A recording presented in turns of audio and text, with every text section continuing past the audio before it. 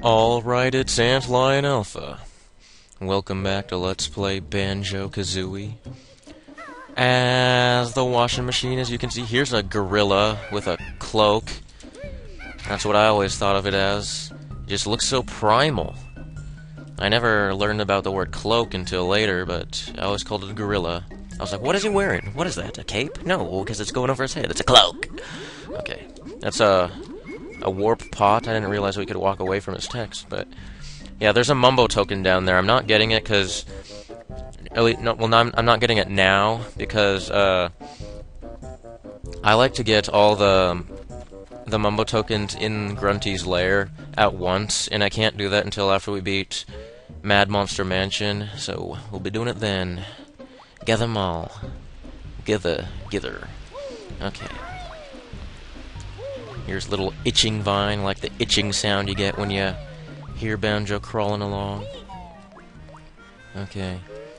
So, we're going to Trove Cove. I was not even touching you.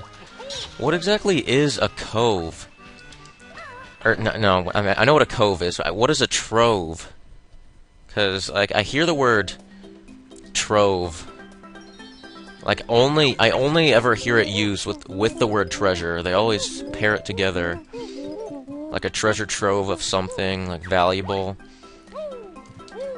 I don't know. I first heard it in this game, though. What? Okay.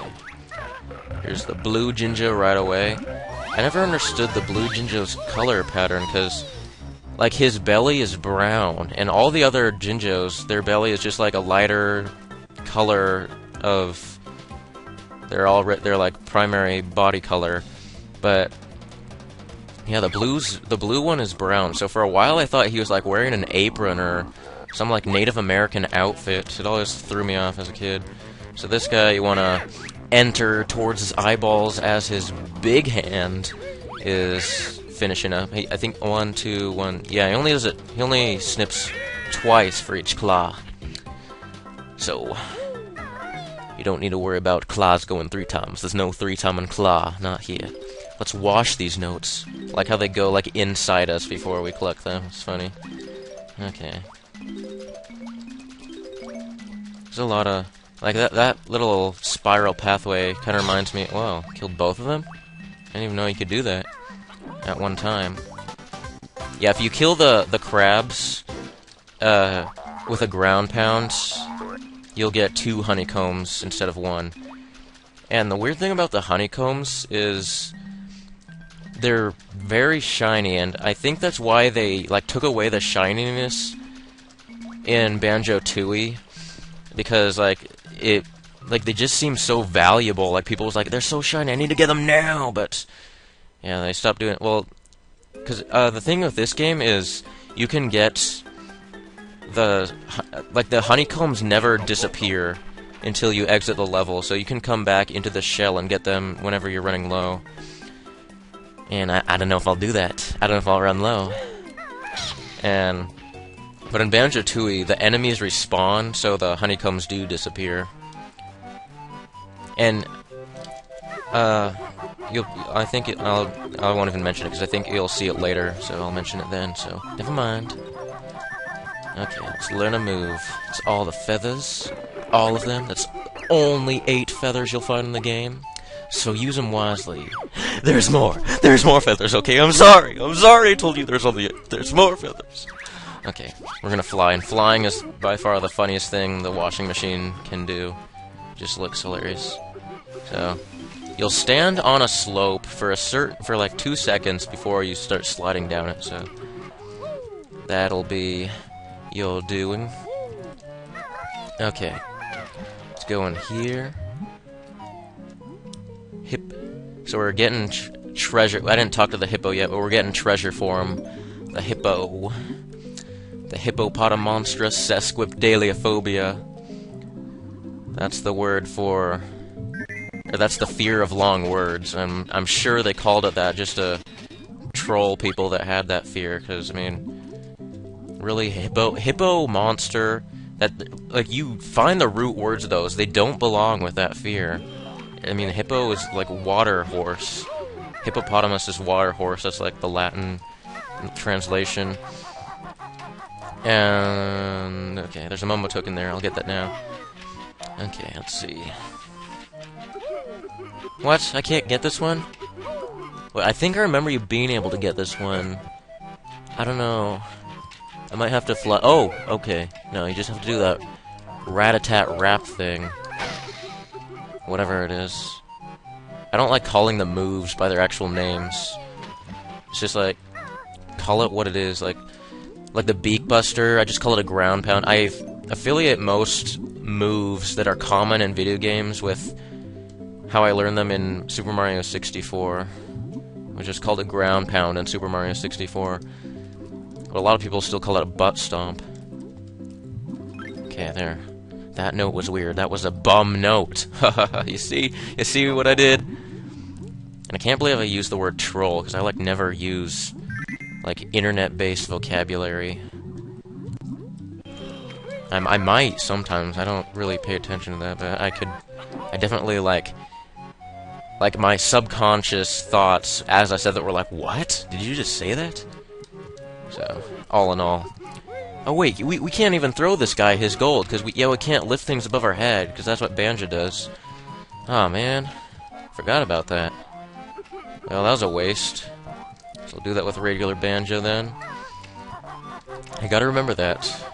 So I gotta remember I can't do certain things like that, so I won't be able to do like nutty or Nabnuts acorn things. So whenever you're collecting items, oh, I just love this how he like sways up and down. I don't know what. Like I don't want to say he just goes up and down, because goes is just a stupid verb.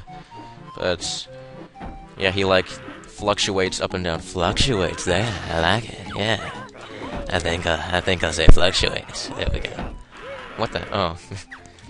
I like how Banjo's just like, it doesn't matter if it's like an enemy with like the most threatening facial expression, or they can like kill him in one hit. Like if he bumps it at a weird spot, he'd just be like, whee! Oh, that was so much fun! It's like a roller coaster. I like Banjo's voice in this game a lot more than Banjo-Tooie. He just seems so funny and childlike. You can kill the shark if you lay eggs. But oh man, I hate it when he appears in front of you. I'm so used to him appearing right behind me, right on my tail. No, don't freeze! Damn it. Well, at least it auto-saves. Need you back here with some notes. Okay, I'm not sure what just happened, but like after I saved the video and I saved Camtasia and went back, I clicked on Project 64 window and it it unfroze, so I didn't have to do any redoing. Oh my goodness, kitty. Like my cat just like jumped on my arm to get on my lap, and here he is. Okay, what am I doing next? Okay. Okay, is what I said. Stop, get the camera. Camera, behave. Behave. You don't want to be wearing the dunce hat. You want to go in the corner. Camera. Okay, here he's got another one. I don't care, right? Oh, you'll reach new heights. New heights. And new fallen distances. Thanks for my health. Okay, yeah, these shock jump pads, when I was younger, like for the whole time playing this game, I didn't realize this was an image of Kazooie's foot. I always thought it was a lemur leaping into the air. Like this part where like it starts to go up to her ankle would be like the back of its head, and this is its hand, and that's its hand, and then these bottom two talons are its feet. So yeah, it's just weird. I finally realized it was Kazooie's feet when Banjo-Tooie came out, because they like cleaned up the image. I guess because people actually were confused. And wait, there's a Mumbo token. Yeah, right on this spot. It's kind of tricky to get to with the washing machine. Okay. Okay, come on. And I like the sound Banjo makes when he's getting off the lemur pad. It's like, Doc Ho! Doc Ho! He's like Doc Ho Kazooie. Like, it sounds like he's saying we, but to me I hear Kazooie. There's the Jinjako. Okay. I don't really need to be here yet, so I'll get these notes later. Because we'll be coming back. It doesn't look like it, but yeah. And you don't actually need to use the lemur pads either. I'm just going to call them lemur pads this whole playthrough. Okay. So get back up with the boxes, because there's a Jiggy on the other side of the lemur columns. I didn't realize for a long time either that you could kill those clams, which are called yum-yums, with just your regular attacks. I always thought you had to use gold feathers or maybe shoot them with eggs, but that's kind of hard because they go up and down like a heartbeat. Okay. So what I'll demonstrate it. I'll demonstrate it. Right now. Right now I'll demonstrate it. Right now. No, no, no, no. Oh yeah, these guys, if you didn't know, they try and take your stuff. They do take damage, but yeah. They take your stuff, which is even more depressing. Has a larger impact on the soul. Okay. We will need to do the... We will need to open up Leaky's bucket again, or patch him up again. Because there are notes in the sandcastle, which we will be getting. I think there's only one level that you can't get all the notes in with the washing machine. I think that's Bubble Gloop Swamp, but I might be wrong. And those mines, or whatever, yeah, they're like mines. I used to have a Lego. It was like some weird like thing that went with these Lego palm trees. It wasn't like the regular like Legos you see. It was one of those like big blocky Legos for like preschoolers. But I would still play with them up through like first grade because I had a creative mind and would treat them with imagination. But yeah, it had like the same. I used to like compare it to the mines in this game because it was like brown with these spikes coming off. I don't know what it was supposed to be, but it went like with the palm tree. I don't want that right now, unless I did take damage. Let's go get on this lemur pad. What else we need to do? We need to go up this way. Wait, oh yeah, it's just eggs in that one. Is there a Mumbo token? Yeah, I think there's a Mumbo token down here. I love how like the atmosphere underwater is like no different than it is above water, because it's like the same brightness you see above water. And I wish they'd still do that on games. Like I don't really like, it doesn't seem like they do that. They might, but it really seems like all the textures get darker once you go underwater in like modern games. And I like it when it's still bright underwater,